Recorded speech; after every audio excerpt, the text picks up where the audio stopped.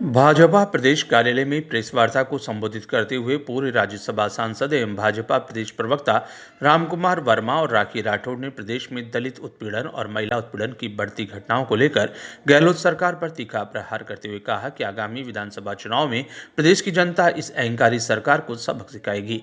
पूर्व राज्यसभा सांसद एवं भाजपा प्रदेश प्रवक्ता रामकुमार वर्मा ने प्रेस वार्ता को संबोधित करते हुए कहा कि एक तरफ केंद्र की मोदी सरकार सेवा, सुशासन और गरीब कल्याण की दिशा में निरंतर काम कर रही है, गरीबों के लिए सामाजिक न्याय और आर्थिक समानता के लिए प्रयासरत है, तो वहीं दूसरी ओर प्रदेश की गहलोत सरकार ने 5 सालों में भ्रष्टाचार, कुशासन और जंगलराज के सारे रिकॉर्ड तोड़ दिए हैं। के अंदर हमारे जो लड़ रही है माननीय, तो वो भी इसके अंदर विजय, तो इसको तो आपको बिल्कुल अच्छा लेना नहीं चाहिए। नहीं तो मैं चाहता हूँ इस सवाल का जवाब आप ही दें।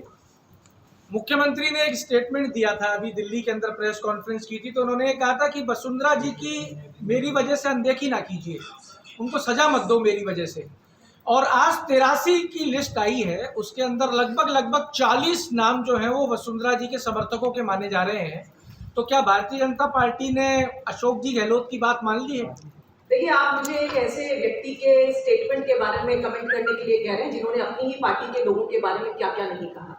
मुझे लगता है कि उनके स्टेटमेंट के बारे में हम अपनी पार्टी में अपना जो करना है, जो हमारा कोर कमेटी, जो हमारा पार्लियामेंट्री बोर्ड तय करता है, उस हिसाब से चलते हैं। ना तो उनके कमेंट से हमें कोई फर्क पड़ता है।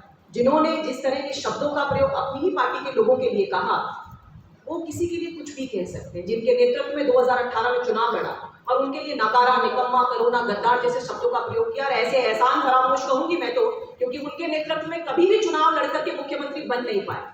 98 में भी हमने देखा कि परसाराम मदेरणा जी के नेतृत्व में लड़ा, जब 2008 में हुआ तब सीपी जोशी जी, और 2018 में सचिन पायलट जी। तो उन्होंने हर बार अपने साथी लोगों के साथ क्या किया, उनके बारे में कमेंट करना मुझे लगता है ठीक नहीं है। लेकिन जिस तरह से पार्टी ने टिकट दिया है, मैं ये मानती हूँ कि लग रही इतने भी नेता निकल रहे हैं, उनकी शक्ल देख रहे हैं, उनको देखते हुए एक दया आ गई उनको देने के लिए कि चित्तौड़गढ़ से दे दिया जाए। देखिए, आदरणीय सरदेव भैरू सिंह जी पूरे राजस्थान के लोगों के लिए बहुत सम्मानीय है, और ये उसको मत जोड़िए कि वो दामाद है, इसलिए उनकी व्यक्तिगत छवि है, उनका एक कार्य किया हुआ है और चित्तौड़गढ़ से वो रहे हुए हैं, तो इस हिसाब से उनको टिकट दिया। हम भैरू सिंह जी जो रहे उनके तो हम सभी अनुयायी है। भारतीय जनता पार्टी का प्रत्येक कार्यकर्ता है उनके नाम से, उनके कार्यों से प्रभावित है, और राजस्थान की जनता भी प्रभावित है। काम नहीं किया इसलिए इसकी सीट चेंज कर दी गई। नहीं, ऐसा है नहीं। तो चेंज क्यों की गई? जीती हुई सीट थी वो तो। देखिए, हमारी पार्टी का दृष्टिकोण ये नहीं है कि व्यक्ति को वहीं पर रखा जाए, व्यक्ति में चेंज भी किया जाता है, उसके लिए जहां उचित स्थान होता है वहां पर दिया जाता है। हम नहीं चाहते कि कांग्रेस पार्टी अब की बार जो टिकट इन्होंने 33 का भी कह रहे थे कि 152 की घोषणा हम करने जा रहे हैं, इन्होंने 33 सीटें निकाली है, उनको तो लग रहा है कि जीतेंगे नहीं। वो महिलाओं को दे, युवाओं को दे, किसको भी दे, उनको ये स्पष्ट हो रहा है कि हमारे लोग जीतेंगे। लेकिन हमारी पार्टी का जो दृष्टिकोण है वो बिल्कुल साफ सुथरा है। स्क्रीनिंग कमेटी हमारी सीसी जो डिसीजन लेती है उसमें सम्मान भी रखती है, और कैंडिडेट है जो जीते उसको ध्यान। विरोध यहाँ पर देखा गया जो बीजेपी के कार्यालय के अंदर तक भी आया। आज जो सूची आई है उसमें अजमेर से 2 नाम है जिनका विरोध सूची आने से पहले बहुत पहले हुआ था, वासुदेव देवनानी और अनीता बघेल जी। क्या कारण है उन्हें रिपीट किया गया? देखिए, मैंने आपको फिर कहा कि कोर कमेटी तय करती है और पार्लियामेंट्री बोर्ड तय करता है। जब पार्टी जब चुनाव में जाती है तो निश्चित तौर पे पहला जो है वो जिताऊ कैंडिडेट होता है, और वो निश्चित तौर पे वहाँ पे उन्होंने काम किया, जिसकी वजह से पार्टी ने विश्वास किया। जहाँ तक बाकी लोगों के असंतोष की बात है, एक बहुत स्वाभाविक चीज है। जो विरोध की आप बात कर रहे हैं बहुत स्वाभाविक है। जब भी कभी इस तरह के इलेक्शंस के बाद में डिक्लेरेशन होती है, और वो हमारे सभी परिवार के सदस्य हैं, आप देखिएगा जैसे ही नामांकन भरा जाएगा वो हमारे साथ एकजुट होकर के एक अनुशासित कार्यकर्ता के रूप में भारतीय जनता पार्टी को विजय दिलाने में काम करेंगे।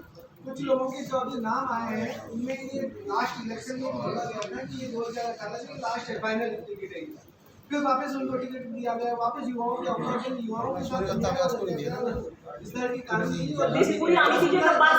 मामला जो 6 महीने से अटका हुआ था, उस मामले को क्या केंद्र के नेतृत्व ने स्वीकार कर लिया और उसको वसुंधरा जी के समर्थन में अब सारी चीजें। सर ये सिर्फ बनाई हुई बातें हैं सर, ऐसा कुछ भी नहीं। वसुंधरा जी हमारी बहुत सीनियर लीडर हैं, उनका हमेशा से मान सम्मान रहा पार्टी के अंदर, और मुझे लगता है आपका असेसमेंट में फिर कोई की लिस्ट पूरी कंप्लीट आ जाए उसके बाद देखिएगा तब आप